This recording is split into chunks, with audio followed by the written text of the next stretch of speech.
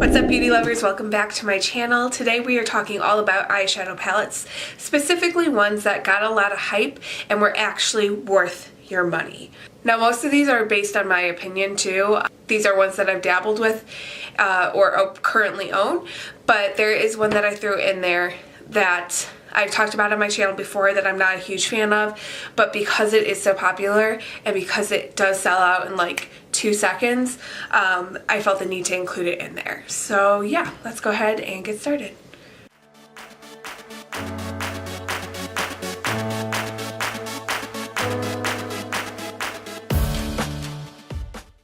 Okay guys, I apologize for my lack of makeup today and my messy hair.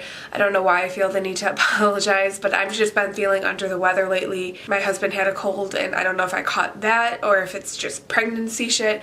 I don't really know, but we're getting towards the end of the pregnancy here. We only have about 4 more weeks left.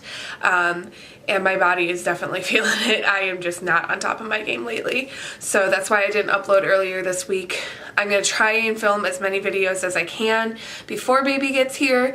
No promises, but that's like what's going on up here. Anyways, eyeshadow palettes. So I made a little list on my phone, so I will be referring down to my phone. And I have 1, 2, 3, 4, 7 palettes that we're going to be talking about today. Like I said, I've had experience with every single one of these. I don't own every single one, but I've gotten to play around with a lot with everyone, so I'm not just talking out my ass right now. These are all palettes that received a lot of hype before they came out, and these were like actually worth the hype. They weren't like, oh, this amazing product's coming out, and then I was just like, blah. You know, these were actually worth it. So let's go ahead and dive in. The first one I'm going to mention today is the Jaclyn Hill x Morphe palette. She did a collab with Morphe at first, but then she came out with like her own palette with Morphe, if that makes sense. And I'm talking about that palette. This palette is my absolute favorite palette that I own. I'm not like the biggest Morphe junkie by any means. I do like some of their products. Some of their stuff is just okay to me, but this palette is just like bomb. I love the color story on this palette. I think it's very inclusive of kind of a little bit of everything you need for multiple looks. I've hit pan on a few shades because I love them so much. This palette has my favorite transition shade that I often go to. I think the textures of the eyeshadows are amazing as well. I don't really have much to say bad about this palette. I think it's a beautiful palette. It performs well. It was well worth the $38 or whatever I spent on it.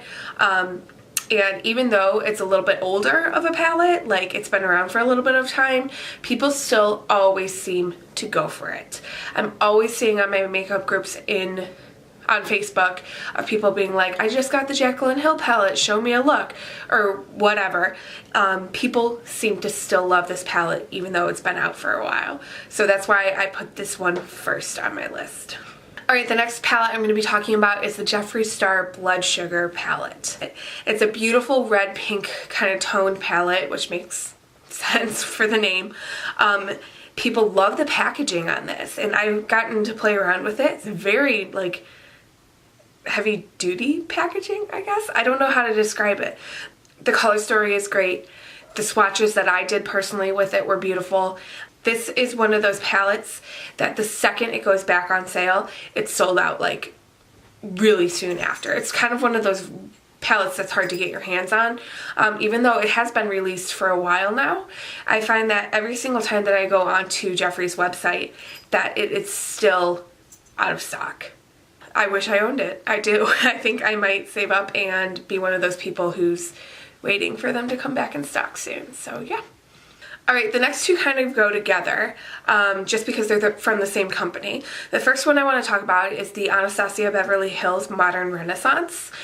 I don't have the actual palette. I actually have the fake one of it, or I had the fake one of it. I got it off Jum, still don't know how to say it. If you haven't seen that video, go ahead and check it out. But I have played with a real one, and it is a beautiful palette. I wish I owned it. I probably will invest in it, actually. But again, this is one of those palettes that has been out for a little bit, but still has a lot of hype surrounding it.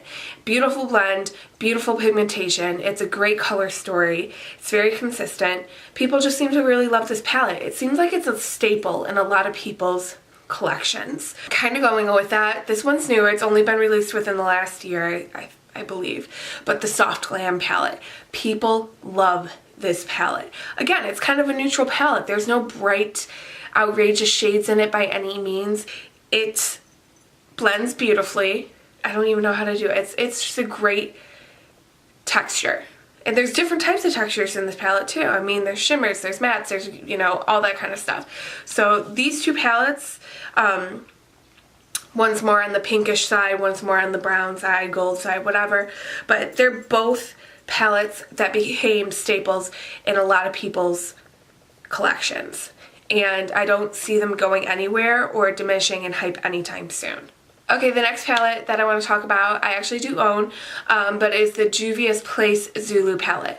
Now, Juvia's Place in general is an amazing company. Their palettes are phenomenal. I have a few myself. They're awesome. They're awesome. They're super pigmented. They're beautiful. They have crazy colored palettes. They have neutral palettes. They have blushes. They have lips. They have... I love this company. I really, really do. Why I want to talk specifically about the Zulu palette is because this one is the one that I see getting a ton of hype all over Instagram and Facebook and whatever, because of the bright pigment of the colors in this palette. This is not a neutral palette by any means. If you don't like bright, loud colors on your eyes, don't go out there and buy this palette. Go out and buy one of the other ones from this collection. But this palette is awesome for people who like loud looks. What you see in that pan is what you get. That yellow I go to all the time. Like, yellows are kind of my thing right now, like my eye color thing. I love playing with them, and when I need a bright yellow, I go for this palette. I really don't have anything bad to say about it. I love this palette. Yeah, that's pretty much it. Definitely worth the hype that it gets. If you're ever questioning it, I'm telling you right now, it's worth it. I promise you. Alright, the next one I'm going to talk about is kind of, like I said, what's more of my opinion, because there were some people who weren't too crazy about this, but it is the new Huda Beauty Nude Eyeshadow Palette. I've gotten a chance to play around with this, and I probably would have bought it if it was still in stock at the store, at the Sephora store I was at, but it wasn't, so I didn't. I am one of the ones who actually really likes this palette. I swatched every single color in the store because I was obsessive, and I thought it was beautiful. I don't know how it performs on the eyes, but it's definitely one of those palettes that I do plan on purchasing when the time is right. And do I really need any more nude tones? No, but just those shimmer and those glitter shades in there are just like, ugh, to die for. And they swatch beautifully. They look gorgeous. I'm obsessed with people's looks on Instagrams who use this palette. It's awesome. I absolutely love it. I do think it's worth the hype. I'm not crazy about the price point. I think 65 bucks is like a little steep, but hey, you get what you pay for, right?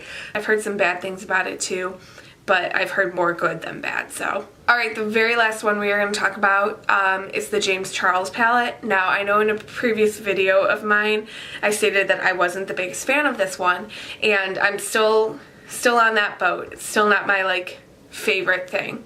But people seem to love this palette, and I do see people wanting it more than not wanting it. So that's why I had to include this on here, even though I personally am not the biggest fan of it. Ever since it launched, it's very hard to get your hands on. Every time I go into Ulta, the space where it should be is always empty.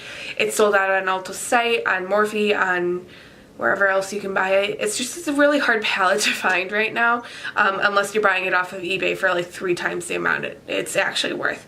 I think the color story is beautiful. I think it's a great palette for people who like to do very out there looks, very bright looks, but it does have those neutral tones in there as well that would work for people who